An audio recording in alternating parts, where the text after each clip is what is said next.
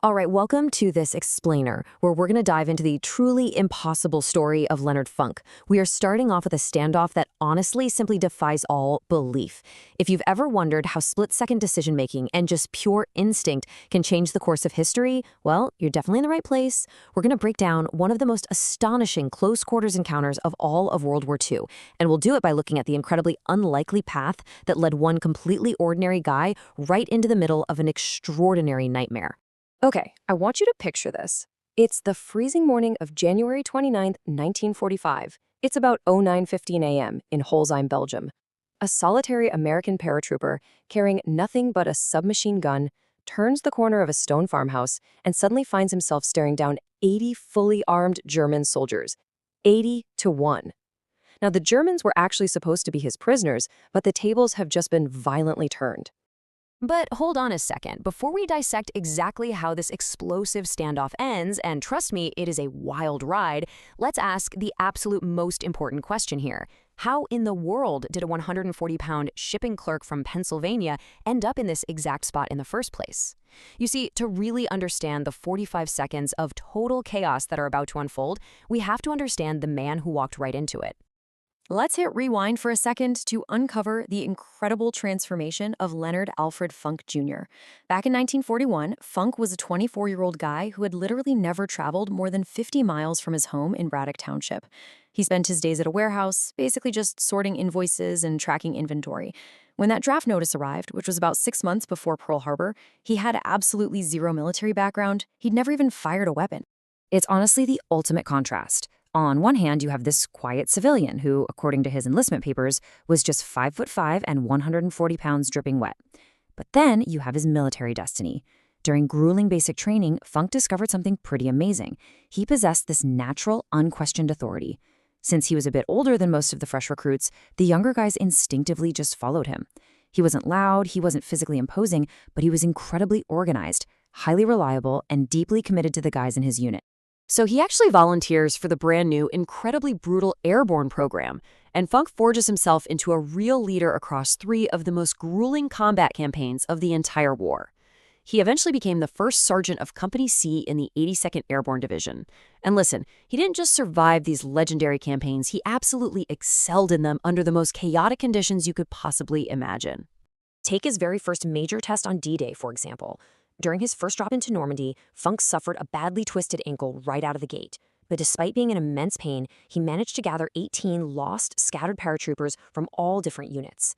Operating as the lead scout to protect his makeshift squad, he navigated them through 20 miles of enemy-occupied hedgerows over 6 agonizing days. He somehow bypassed checkpoints and patrols, bringing all 18 men safely back to American lines with absolutely zero casualties. That incredible feat earned him a Silver Star. Fast forward 3 months later to Operation Market Garden in Holland. Funk sees these German 20mm anti-aircraft guns just shredding incoming totally defenseless Allied gliders. Acting on pure tactical instinct, he grabs just 2 men. Together, they flank the battery, suppress the completely surprised German crews, and then Funk uses 4,500-degree thermite grenades to literally melt the gun's firing mechanisms. In just 90 seconds, he neutralized the entire threat and saved countless lives. For that, he earned the Distinguished Service Cross. Then we get to the freezing battle of the Bulge in late 1944 and early 1945, and Funk's leadership is put to the ultimate test. We are talking temperatures plunging to 10 degrees Fahrenheit. While they're advancing through waist-deep snow toward the Belgian town of Holzheim, his company's executive officer is killed instantly by artillery fire. So Funk, as first sergeant, has to immediately step up and assume command right in the middle of heavy shelling. Facing a critical shortage of combat-effective infantry to actually take the town, Funk does something unbelievable.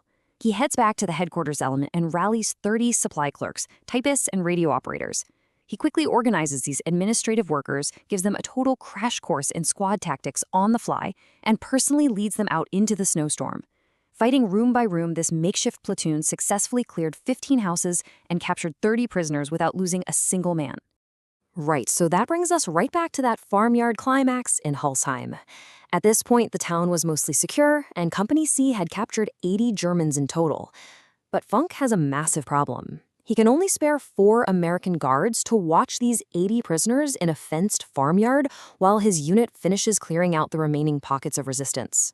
So he leaves the guards there and heads back to the fight. But here's the catch.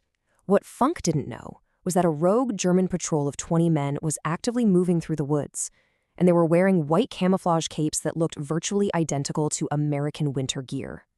This patrol easily overpowered the 4 isolated American guards. In a matter of seconds, the Germans freed all 80 prisoners and armed them with captured weapons. The 4 Americans were forced to their knees, hands on their helmets. And that is the exact moment Leonard Funk walks around the corner. Honestly, the sheer absurdity of this moment is just hard to fathom. A German officer steps forward, jams a machine pistol directly into Funk's stomach, and starts screaming demands for surrender. But Funk didn't speak a single word of German. He had absolutely no idea what the officer was saying. The situation was so wildly illogical, one paratrooper facing 80 armed men with a gun to his belly, that Funk's natural instinct just took over. He genuinely started laughing out loud. The German officer is turning red, screaming even louder. And Funk? He just laughs harder. And as he laughed, you could feel the tension in the yard actually drop a bit. The Germans watch as Funk slowly begins to unsling his weapon, interpreting this as his surrender. But remember what he's holding. It's an M1A1 Thompson submachine gun that is a devastating close-quarters weapon that fires .45 caliber rounds at a blistering 600 rounds per minute.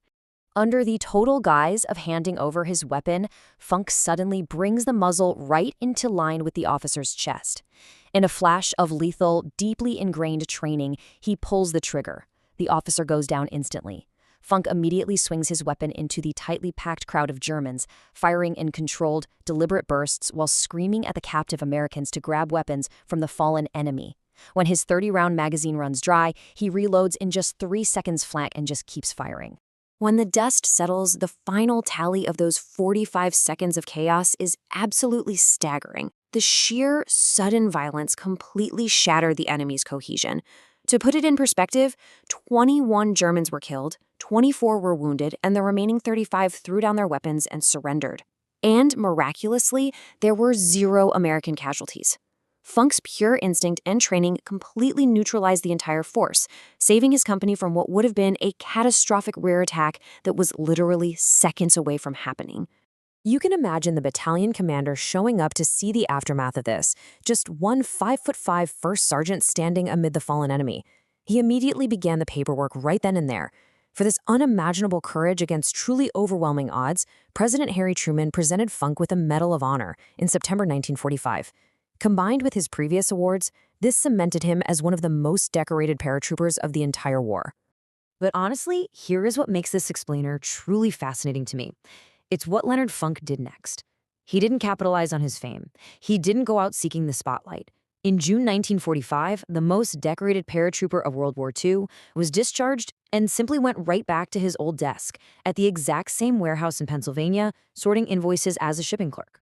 He didn't stay at that warehouse for long, though. Looking at the span of his entire career really puts everything into perspective. He quickly left to take a position at the Veterans Administration in Pittsburgh, and for the next 25 years, he dedicated his life to helping veterans of Korea and Vietnam navigate their benefits.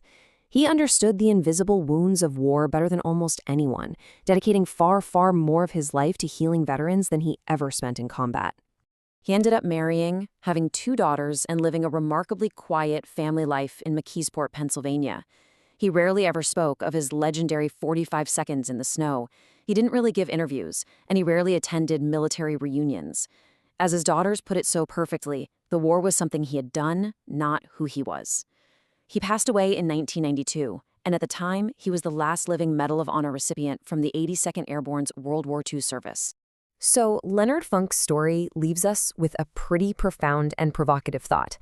If a 5'5" shipping clerk, a guy who was completely ordinary in every measurable way before the war, could instinctively laugh in the face of absolutely impossible odds just to save his friends, well, what extraordinary courage is quietly waiting inside all of us? It's a powerful reminder that true heroism doesn't always roar. Sometimes it just does exactly what needs to be done when the impossible moment arrives.